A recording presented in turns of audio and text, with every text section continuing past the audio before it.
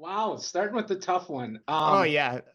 I will say on a letter grade scale, I would say on average a C, and Okay. that I think is probably being gracious. And one of the things I would say, just even in the letter grade, is the demands of item information are changing pretty constantly too. And so even when they think they have it nailed, the consumer demand and where the channels exist is constantly pushing it. But in a general basis, I'd say passing maybe to Yeah. slightly passing, but not happy either way with where they're at.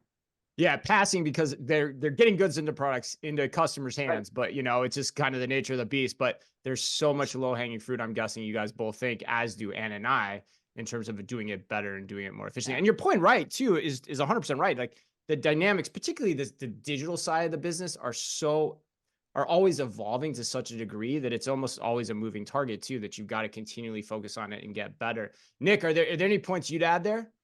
Yeah, so I think, I mean, I think a C on some instances is maybe a lower grade, and C is some instances, I think, Brandon, for some of the companies we walk into and help them is actually a high grade. But I think it's accurate because a lot of organizations actually, when we start talking to them, item data might not be the focus of how we get in the door and start talking with them. Right. But when you start unpacking that with organizations, they think that they're doing a good job because it's working, right? Obviously, without Right. item data, I don't have anything to sell, advertise. I don't have anything to stock a store, whether it's an econ Yeah. store or physical store, right? Like I don't have that. So I must be doing okay.